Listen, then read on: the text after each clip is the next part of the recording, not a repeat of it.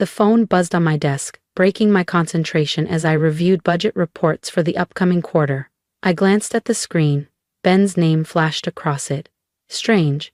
My 13-year-old son should have been in school, not calling me in the middle of a Tuesday afternoon.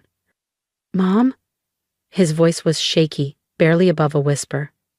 Grandma and Grandpa are here. They're moving all our stuff into the garage. I sat up straighter, my grip tightening on the pen in my hand. What do you mean, sweetheart? They said we don't need such big rooms anymore, that we should be grateful to have a roof over our heads. They're making them into offices for their business. Mom, they're just throwing our things in the garage, like trash. My blood ran cold. Eleanor and Howard. My in-laws had always been overbearing, but this was a new level of audacity. 3 months ago they had moved in with us, claiming they were facing temporary financial struggles with their real estate firm.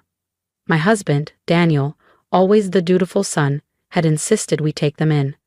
It's just until they get back on their feet, he had said. Apparently temporary now meant permanently evicting my kids from their own rooms. I'll be home in 20 minutes, I told Ben. Don't argue with them, just watch and remember everything they do. I ended the call, gathered my things, and strode out of the office, my mind racing. The irony of the situation wasn't lost on me. While they were busy claiming space for their failing company, they had no idea who had recently taken control of it. When I pulled into the driveway, I spotted my 10-year-old daughter Lily sitting on the front steps. Her backpack was beside her, her arms wrapped tightly around her knees. Her face lit up when she saw me, but her eyes were filled with worry. Inside, Eleanor was directing 2 movers, instructing them to carry my kids' desks into the garage. My son Ben stood near the door, his fists clenched, as he watched his belongings disappear from his own room. Eleanor turned when she saw me, a smug smile stretching across her face. Oh, good, you're home. We're making some much-needed adjustments. I stepped inside, my eyes sweeping over the chaos. My kids' things, books, posters, furniture, had been tossed into boxes, piled carelessly in the hallway. The children really don't need that much space, Eleanor continued breezily. Howard and I, on the other hand, need proper offices to manage our company affairs. I ignored her and walked into what had been Ben's room. Howard was already setting up his laptop on my son's old desk. The walls, once covered in posters of his favorite baseball team, were now bare. His bookshelf had been emptied, its contents dumped unceremoniously into plastic bins. The garage is perfectly fine for them, Howard said, not bothering to look at me. They're young. They'll adapt. We need this space for important business matters. I let out a slow breath, my voice calm despite the fire burning in my chest. Important business matters, I echoed. Exactly, Eleanor beamed. We have clients to impress. We can't have them meeting in some cluttered little corner. Presentation is everything in real estate. Lily appeared in the doorway, her voice barely above a whisper. Where are we supposed to do our homework? She asked. The garage doesn't even have a table. Eleanor waved a dismissive hand. Oh, for heaven's sake, use the kitchen. When we were kids, we didn't have these luxuries. This'll teach you some humility. I wrapped an arm around Lily's shoulders. Why don't you and Ben go to Aunt Rachel's for a few hours? I told them. I'll come get you later. Once my children were safely away, I sat down at the kitchen table and opened my laptop. 3 months ago, when Howard and Eleanor's company, Hudson & Co. Realty, started showing signs of financial instability, I had done some investigating. What I found was years of reckless spending, poor management, and shady bookkeeping. And so, I made my move. Through a series of silent acquisitions, private investments, and a little strategic maneuvering, I had secured a 51% ownership stake in their company. Howard and Eleanor had been so busy pretending to be successful that they never noticed their empire slipping out of their grasp. I pulled up my email and started typing a message to the board of directors. That evening, I sat across from my in-laws at the dining table, watching as they laughed and enjoyed the meal I had prepared. As they sipped their wine, Howard casually mentioned a big meeting they had the next morning, one that would determine the future of their business. I smiled. Oh, I know. Eleanor looked at me in confusion. What do you mean? I set down my fork and leaned forward. Because I'll be leading that meeting. Their faces paled. As of today, I continued, I own Hudson & Co. Realty. You see, while you were busy stealing rooms from my children, I was busy taking over your business. I stood, placing my napkin on the table. Now, if you'll excuse me, I need to go move my children's things back where they belong. And just like that, the tables had officially turned. I attached the photos of Ben and Lily's belongings, now carelessly tossed into the garage, to my email. If there was ever proof of poor leadership and reckless decision-making, this was it. I clicked send. The board would have everything they needed to reassess the direction of Hudson & Co. Realty. Before I could even close my laptop, Eleanor swept into the kitchen, an armload of files in her hands. The kitchen is a communal space, she announced. We'll need it for client meetings tomorrow afternoon. I shut my laptop deliberately slow, keeping my expression neutral. Tomorrow afternoon? I repeated. That won't work for me. Howard scoffed from the doorway. Your schedule? He shook his head. This isn't about you, Natalie. We need to rebuild our business. A little sacrifice from everyone is necessary. I finally let some of my anger seep into my voice. Sacrifice? You mean like forcing your grandchildren into an unfinished garage? Like throwing their belongings down the stairs as if they were trash? Is that the kind of sacrifice you mean, Howard? He puffed up his chest, his face reddening. Now see here. No, I cut him off, my voice sharp and unwavering. This is my house. My name is on the deed. You are guests here. Guests who have dramatically overstayed your welcome and have the audacity to throw my children out of their own rooms? Eleanor laughed, that same condescending, grating sound that had irritated me for years. Please, she said, we're family. Family helps each other. Right now, we need these rooms more than the children do. It's for the greater good. My phone buzzed. A new email notification popped up. The board had received my message and scheduled an emergency meeting for tomorrow morning. Perfect. I met Eleanor's gaze. You're right about one thing, I said, gathering my things. Families should help each other. Remember that tomorrow. Howard frowned. What's that supposed to mean? I simply smiled. By this time tomorrow, they'd finally understand exactly who they were dealing with. As I left to pick up Ben and Lily, I could hear them arguing in the kitchen, no doubt plotting which other parts of my house they could claim next. Let them plot. By tomorrow, they wouldn't own a single thing worth claiming. The next morning I took my time getting ready. I chose a sharp charcoal suit, the kind I reserved for major client presentations. Today was important. Today, I wasn't just Natalie Hudson, their daughter-in-law. Today, I was their boss. By the time I left, Eleanor and Howard were already settled in their newly claimed offices, completely unconcerned about where their grandchildren had spent the night. I arrived at Hudson & Co. Realty's headquarters 15 minutes early. The boardroom was already buzzing with activity when Sandra, the board secretary, greeted me with a knowing smile. Mrs. Hudson, we've been expecting you. The board members are quite interested in your findings. I nodded, adjusting my jacket. I imagine they would be. Has anyone informed Eleanor and Howard about the meeting? Sandra smirked. Oh yes, they've been called in. They should be arriving any moment now. Right on cue, the office doors burst open. Howard and Eleanor rushed inside looking flustered. What's this about an emergency board meeting? Howard demanded, then froze when he saw me sitting at the table. Eleanor's face twisted in confusion. Natalie? What are you doing here? Before I could respond, the boardroom doors opened.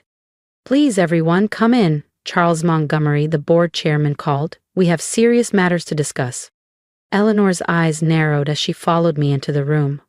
Why is our daughter-in-law at a board meeting? Charles cleared his throat. Mrs. Hudson isn't just your daughter-in-law, he said smoothly.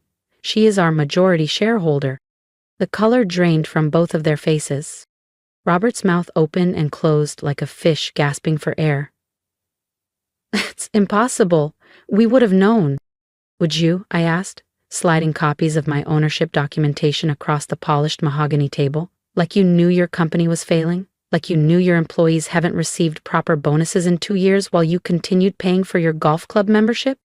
Eleanor's hands trembled as she grabbed the documents, her eyes scanning the pages in disbelief. This has to be a mistake. This can't be legal. Oh, it's perfectly legal, Charles confirmed, his voice calm yet authoritative. Mrs. Hudson acquired the shares through various investment groups over the past 3 months, all above board, properly documented. I opened my laptop and connected it to the conference room's large screen. Now, I said, keeping my tone neutral, let's discuss management decisions, starting with these. Images of Ben and Lily's belongings scattered across the garage floor flashed onto the screen. Eleanor and Howard shifted uncomfortably in their seats. These photos demonstrate a concerning lack of judgment, I continued, my voice steady, professional. If this is how you treat your own grandchildren, the board has to wonder, how do you treat company resources? This is personal family business, Eleanor snapped. It has nothing to do with the company. Charles leaned forward, steepling his fingers. Character and judgment have everything to do with company leadership, he said. Mrs. Hudson has also brought to our attention some questionable financial decisions. I clicked to the next slide, revealing years of financial mismanagement, unnecessary expenses, and reckless spending. Howard and Eleanor visibly shrank in their chairs with every new revelation. The board has decided, Charles announced, glancing at the other members before turning back to them, effective immediately, to remove Howard and Eleanor Hudson from their positions as CEO and COO of Hudson & Co. Realty. Howard slammed his fist against the table. You can't do this. This company is our legacy. Was your legacy, I corrected smoothly, just like those bedrooms belong to my children. Funny how things change when someone with more power makes decisions without consulting you, isn't it? Eleanor turned to me, her eyes brimming with tears. Where are we supposed to go? What are we supposed to do? I tilted my head, pretending to think. The garage is perfectly fine, I said, repeating her own words from the day before. You're older, you'll adjust. I paused, gathering my papers. Although, you might want to start looking for a new place altogether. As of this morning, I've rescinded your invitation to stay in my home. Howard's face twisted in fury. James won't allow this, he bellowed. When our son hears about this. James already knows, I cut him off. I showed him the photos last night. He's the one who suggested I move up the timeline for this meeting. Their expressions turned to shock at this final betrayal. James had always been their safety net, the guarantee that they could do whatever they wanted without consequences. If you'll excuse me, I said, standing and straightening my jacket. I need to get home and help my children move their belongings back to their proper rooms. As I walked out of the boardroom, I heard Eleanor begin to cry, and Howard weakly arguing with Charles about severance packages. I felt no satisfaction, no distress. This wasn't about revenge. It was about consequences and protecting what mattered most. My phone buzzed, a text from James. How did it go? Just as planned, I replied. They're out of their positions. Are you still okay with having them move out? He asked. More than okay, he texted back. I should have stood up to them years ago. I'm sorry it took them hurting the kids for me to see who they really are. I pulled into the driveway where Ben and Lily were waiting with Aunt Rachel. Their faces lit up when I stepped out of the car. They can move back into their rooms, I told them, and the relief that washed over their faces was all I needed to know. Tonight, our home would finally be ours again. That's not what real family does, James finished, his voice steady but firm. Family isn't about control or guilt. It's about love, support, and making sure the people you care about feel safe. Lucas nodded, his shoulders relaxing a bit. Okay, he said quietly. I just didn't know if it made me a bad person.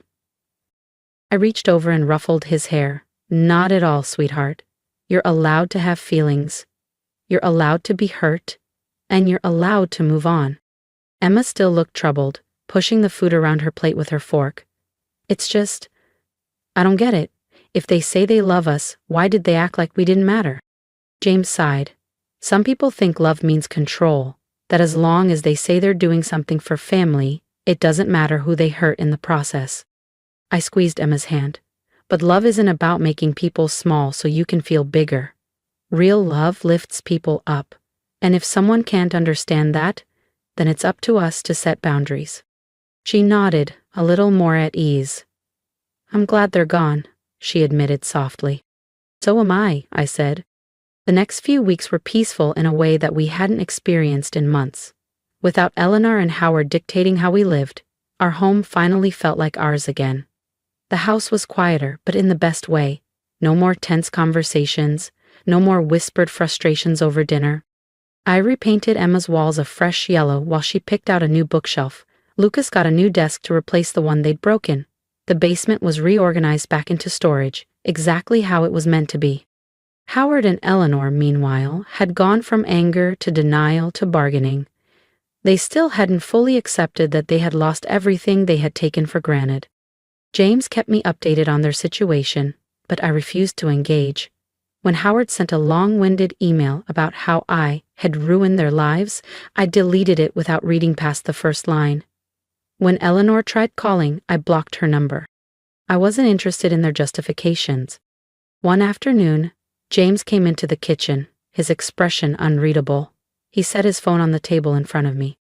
"They're running out of options," he said. "They're thinking of moving out of state to live with my aunt in Arizona." I took a sip of my coffee. "I hope it works out for them." "You really don't care?" I met his eyes. "I care about protecting my family. I care about the fact that our kids finally feel safe in their own home again. But about them?" I shrugged. "They made their choices. Now they have to live with them." James exhaled and nodded. "I think I finally get it now. I kept trying to find a way to fix things, but the truth is, they don't want to change." "No," I agreed. "They just want to go back to the way things were, where they could do whatever they wanted without consequences." That evening, as we sat down for dinner, Emma and Lucas laughed over something that had happened at school. The house felt warm, full of life again. And for the first time in a long time, I felt completely at peace. The next morning, I received an email from Charles Montgomery. The board had unanimously voted to rename Hudson & Co. Realty to Summit Consulting Group, marking a complete departure from the Hudson legacy. Attached was a photo of the new sign being installed at the company headquarters. A fresh start, in every sense of the word. I forwarded the email to Eleanor and Howard, adding only a short note.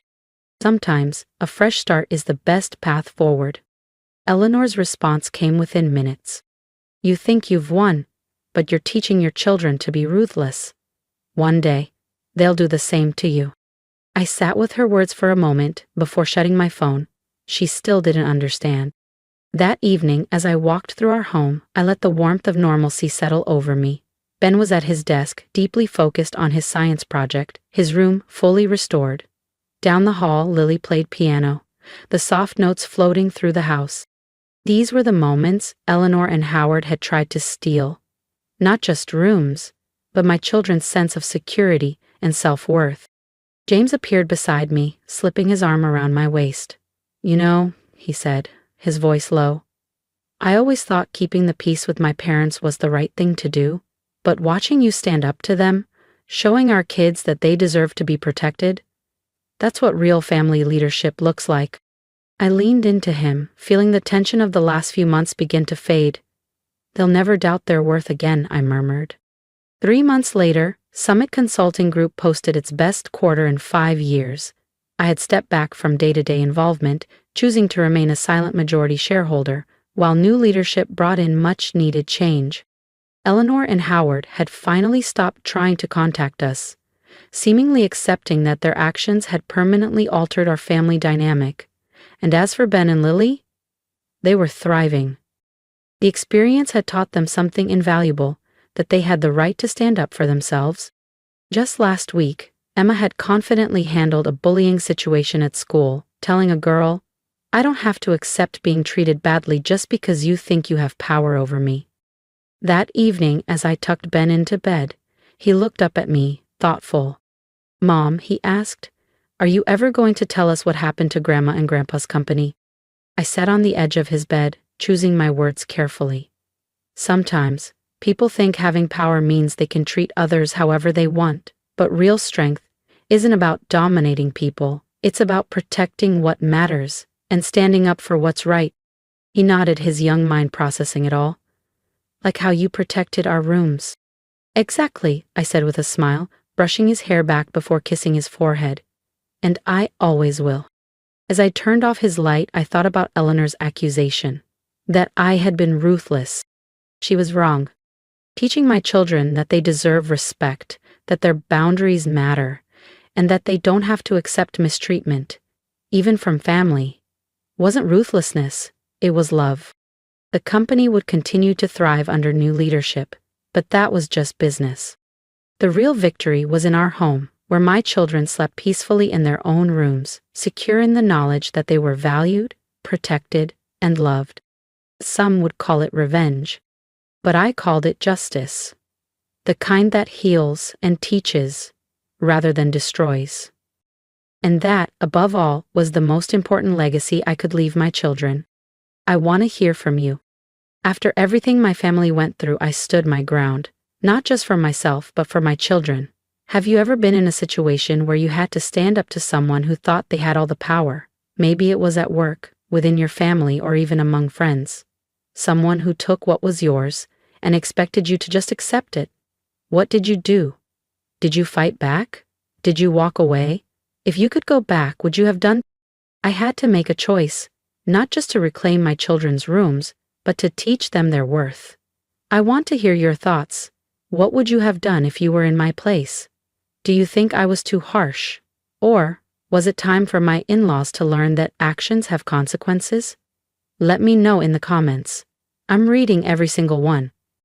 And if there's one thing you take from my story, let it be this: your boundaries matter. It's easy to let people walk all over you when they use the word family as a shield. But family isn't a free pass to disrespect, control, or take from you. Being related to someone doesn't mean they get to dictate your life, your space, or your happiness. You have the right to say no. You have the right to take back what's yours. If you're facing a similar situation, if someone in your life is crossing boundaries and making you feel small, don't be afraid to stand up for yourself.